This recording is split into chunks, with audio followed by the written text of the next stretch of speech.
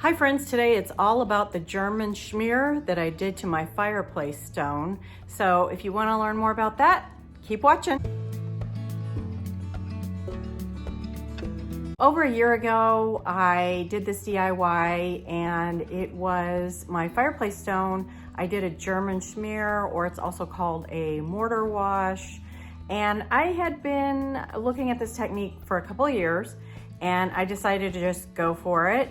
And ever since I posted that blog post back then and also on my Instagram, I've had a lot of questions and some comments, some positive, some negative, but I didn't do a YouTube video on it. So I thought, since there's a lot of DIYers here like myself that like to update their house on a budget, that you might want to take a look at what I did and consider it for yourself. First, you can see here, I've got a couple of pictures of the before. I made sure I cleaned the stone really, really well.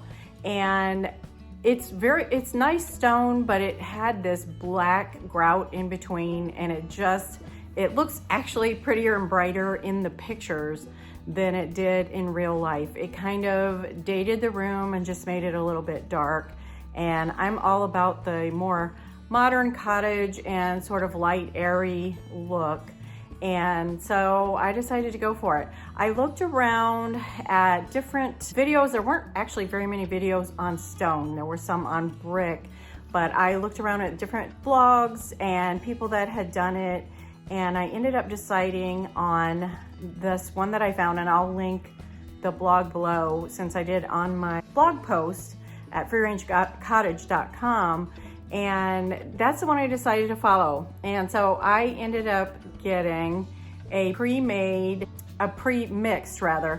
joint compound, and you can buy them and mix them up, but I really wanted the simplest way to go. I have to be up on a ladder. Our ceilings in here are really high, and I just wanted to get it done fairly quickly so that I didn't poop out and stop halfway through. That would have been a disaster.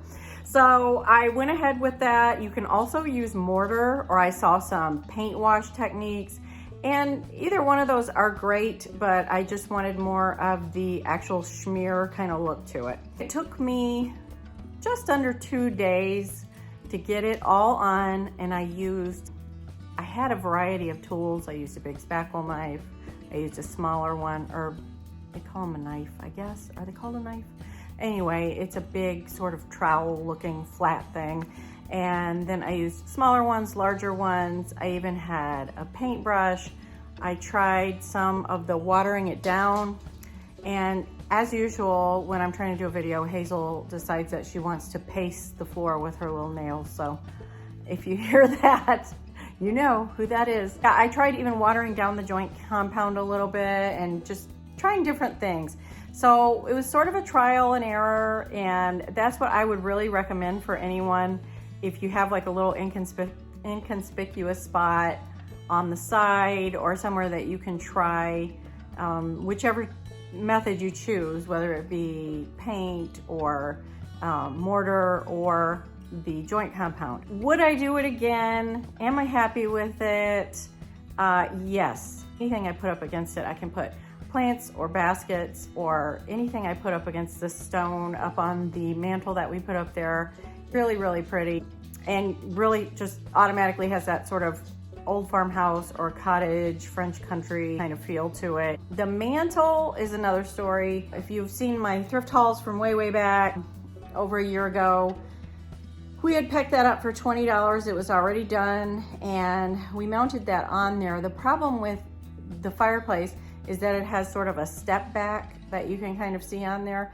And so the mantle very much looks off center to me, especially when I take these pictures, and it really kind of bugs me. So I think we're probably going to have to add on to that. And I'm not in love with the color of the stain I put on there. I don't know if I may end up painting it or staining a different color and adding on to the end of that. That will probably be a work in progress, but so that may change.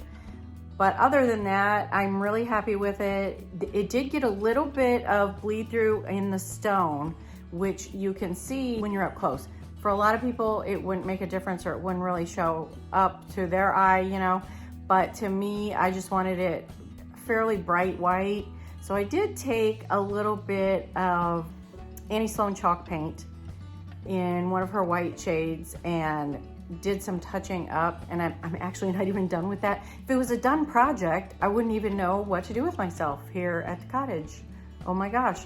But I did do some touching up on that, and I may do a little bit more where I see just the tiniest bit of bleed through, but honestly, it gives it a cottage and a, you know, overtime kind of look to me. It is not a perfect, it's not sleek, modern look, definitely not. It is a little bit on the rustic side, but sort of the whitewashed, cleaner rustic, which is what I love. So I hope this has helped you to decide whether you want to go for this project or not. I get it if you don't like it, if you think I should have left the stone, I get it, but just be kind in your comments, because after all, everyone's home needs to be their own personal space. That's what my channel is about, is just giving you inspiration to personalize your home and not be afraid to just experiment, take some risks, and do it on a really low budget, so you've really got nothing to lose but a little bit of time and energy that you put into it. So I hope this explanation and resources helps you if you're going to do a German Schmear. And Joanna Gaines with Fixer Upper and Leanne Ford, just recently I've been going through some pictures of some of their spaces that they've done, and there's a lot of sort of smeared stone in some of their spaces, like an entire dining room wall, a kitchen backsplash. I've seen this is really getting popular. So might be something you want to try somewhere. Anyway, thanks for watching, and I will see you again soon with more house tours and fun DIYs and thrifting and plants.